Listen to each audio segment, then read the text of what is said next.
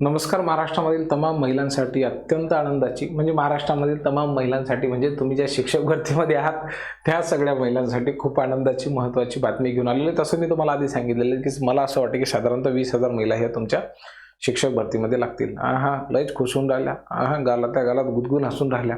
आज मी तुम्हाला आकडेवारीसह सांगतो की तुमची निवड कशा पद्धतीने होऊ शकते. का मी असं सांगतो त्याला फॅक्च्युअल कारण काय आहे, बरोबर आहे की नाही. म्हणजे हवेमध्ये गोळीबार केल्यापेक्षा मी तुम्हाला तांत्रिकदृष्ट्या किंवा आकडेवारी दाखवून हे स्पष्ट सांगू शकतो की निवड तुमची त्या ठिकाणी होऊ शकते. खूप मोठ्या प्रमाणावरती 100% निवड होण्याची शक्यता आहे. ते का आहे, कशा पद्धतीने आहे याची मी तुम्हाला विथ आकडेवारी जे आहे ते खूप डिटेल माहिती देणार आहे. त्याच्यामुळे हा व्हिडिओ महिलांसाठी आहे. खूप महिलांना मी तुम्हाला कधीच म्हणत असतो शेअर वगैरे करा, शेअर वगैरे करू नका, परंतु ही माहिती तुम्हाला इतका आनंद देऊन जाईल की तुम्हाला असं वाटेल की नाही भाऊ, पुढच्या 8-15 दिवसांनी मी पेढे वाटणार आहे. ठीक आहे, शिक्षक म्हणून लागल्याची, शिक्षक म्हणून नाही शिक्षिका म्हणून लागल्याची.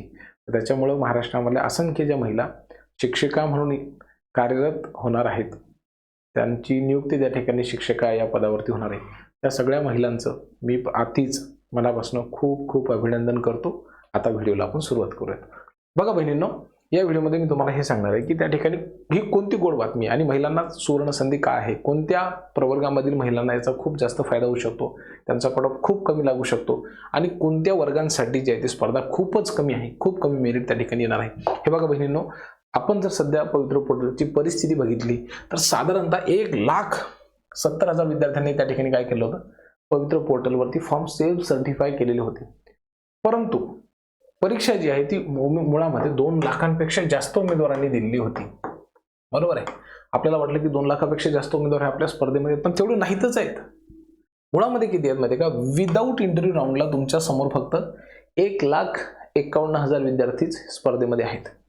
यापैकी या ठिकाणी मी तुम्हाला सांगतो 120+ 110+ किंवा 100+ मार्क असणारे विद्यार्थी खूप कमी आहेत. आणि याच्यापेक्षा कमी जरी तुमचे मार्क असतील, म्हणजे साधारणतः 80-90, तर कोणत्या कॅटेगरीमधील महिला की ज्या लागू शकतात मी तुम्हाला पुढच्या 2 मिनिटांमध्ये सांगतो.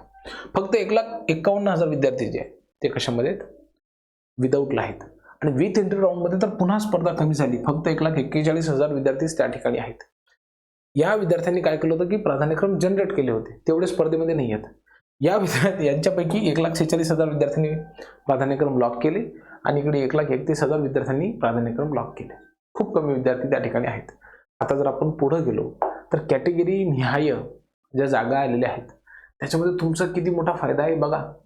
ओपन कॅटेगरीला जागा किती आहे, तर तब्बल 10,228. आणि या 10,228 जागांसाठी जर आपण समांतर आरक्षणामधल्या राखीव ज्या जागा आहेत, उदाहरणार्थ खेळाडूमध्ये सुद्धा महिला खूप आहेत. प्रकल्पग्रस्तमध्ये सुद्धा महिला आहेत. धरणग्रस्त त्याहीमध्ये महिला आहेत. अंशकालीन त्यामध्ये महिलांची संख्या थोडी कमी आहे, म्हणजे खूपच कमी असं म्हणायला काही हरकत नाही. मग कुठलं राहिलं गड्या, हे झाले 3 महिलांचा एक आरक्षणाचा प्रवर्ग. दिव्यांग बांधव आहेत, त्याच्यानंतर अनाथ बांधव आहेत. याच्यामध्ये महिलांचं प्रमाण खूप जास्त आहे. सगळ्या कॅटेगरीमध्ये जर तुम्ही बघितलं तर एसटी कॅटेगरी जर सोडली तर बाकी सगळ्या कॅटेगरीमध्ये महिलांचं प्रमाण हे पुरुषांपेक्षा जास्त आहे. ओबीसी कॅटेगरीमध्ये 22,000 म्हणजे पुरुष होते, 44,000 महिला होत्या. एसटी कॅटेगरीमध्ये आणि व्हीजे कॅटेगरीमध्येच मला असं वाटतं की 2 ह्या कॅटेगरी अशा आहेत की ज्या ठिकाणी महिलांचं प्रमाण पुरुषांपेक्षा कमी आहे. बाकी सगळ्या कॅटेगरीमध्ये बघा, पुरुष जर समजा 10 असतील तर महिला 12 आहेत, 15 आहेत, 14 आहेत, 16 आहेत. ओबीसीमध्ये जर डायरेक्ट दुप्पटच आहेत. त्यामुळं शिक्षक भरतीमध्ये ज्या महिला लागतील त्यांचंही प्रमाण कसं असेल, जास्त. ओपन कॅटेगरीमध्ये जर नाही बघितलं आपण तर 10,228 जागा आहेत. आणि ह्यामध्ये महिला कशा कॉम्पीट करू शकतात तर तुम्हाला सर्वांना माहिती आहे. ठीक आहे की नाही. ही इमेज येते मी थोडीशी दुसरीकडे कॉपी करतो आणि मग तुम्हाला खूप डिटेल एक्सप्लेनेशन देतो की तुम्ही किती छान पद्धतीने या स्पर्धेमध्ये आहात आणि तुमची निवड त्या ठिकाणी होऊ शकते. हे बघा, हा आकडा जो नाही लागेल त्याचा स्क्रीनशॉट काढून घ्या. तुम्हाला किती फायदा होता, आम्ही पूर्वीचे जे व्हिडिओ बनवले होते त्यावेळेस सांगितलं होतं की तुम्ही कोणकोणत्या ठिकाणी अप्लाय करू शकता. समजा तुमची SC कॅटेगरी आहे तर SC कॅटेगरीमध्ये ज्या महिलांच्या जागा आहेत, माफ करा, महिलांच्या जागा आहेत त्या ठिकाणी तुम्ही प्राधान्यक्रम देऊ शकता. त्याच कॅटेगरीमध्ये आता SC असो किंवा ST असो किंवा इतर कुठली कॅटेगरी असो. त्यानंतर समांतर आरक्षणाच्या व्यतिरिक्त ज्या जागा आहेत, समांतर आरक्षणाच्या व्यतिरिक्त ज्या जागा आहेत त्याही ठिकाणी तुम्ही अप्लाय करू शकता. पुढे जर आपण बघितलं तर तुम्ही ओपन कॅटेगरीमध्ये ज्या महिलांच्या जागा आहेत त्याही ठिकाणी अप्लाय करू शकता. बरोबर आहे. आणि ओपन कॅटेगरीमध्ये समांतर आरक्षणाच्या व्यतिरिक्त ज्या जागा आहेत त्याही ठिकाणी तुम्ही अप्लाय करू शकता. म्हणजे किती ठिकाणी तुम्हाला संधी आहे. पुरुषांना मात्र ती संधी नसते. उदाहरणार्थ SC मध्ये महिलांच्या ज्या जागा आहेत त्या ठिकाणी पुरुष अप्लाय करू शकतात का, तर नाही. त्याच्यानंतर ओपनमध्ये ज्या महिलांच्या जागा आहेत त्या ठिकाणी ते अप्लाय करू शकतात का, बोले नाही. मग पुरुषांचे तर ह्या तर जागा डायरेक्ट कमी झाल्या की नाही भाऊ बहिणींनो. इकडे सुद्धा तुमचीच योजना सुरू आहे, लाडकी बहीण योजना. इकडे लाडकी नाही आहे, डबल लाडकी योजना सुरू आहे. ठीक आहे की नाही.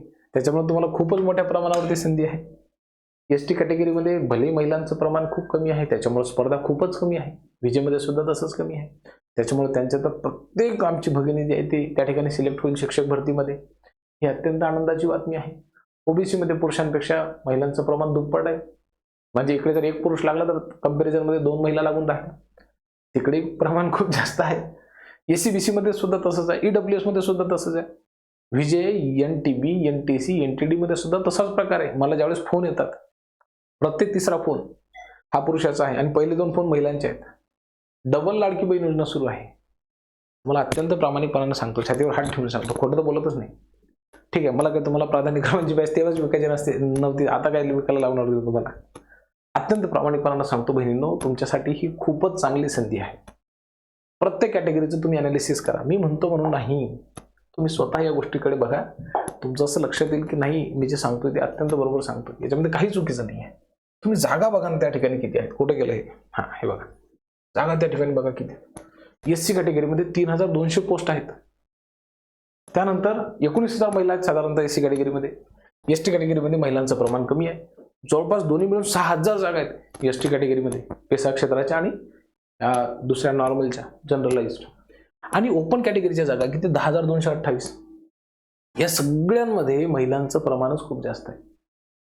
म्हणून माझी 100% खात्री आहे की ST कॅटेगरीमध्ये, EWS मध्ये, SC-BC मध्ये डबल डिजिट स्कोअर जरी आमच्या महिला भगिनींचा असेल, विशेषतः DED वरती सगळ्या महिला सेफ आहेत.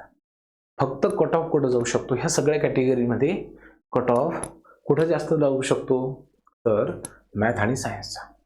म्हणजे बाकीच्या विषयांचा जर 90 वर आला तर मॅथचा कसा राहील, 95 वरती राहील, 100 वरती राहील. ST कॅटेगरीसाठी कट ऑफची व्हॅलिडेशनच नाही आहे. खूपच कमी कट ऑफ आलेला असेल. मागच्या वर्षी 54 मार्कांवरती ST कॅटेगरीचा कट ऑफ आलेला होता. यावेळेस तसंच होणार आहे. असंख्य महिला त्या ठिकाणी शिक्षक म्हणून लागणार आहेत.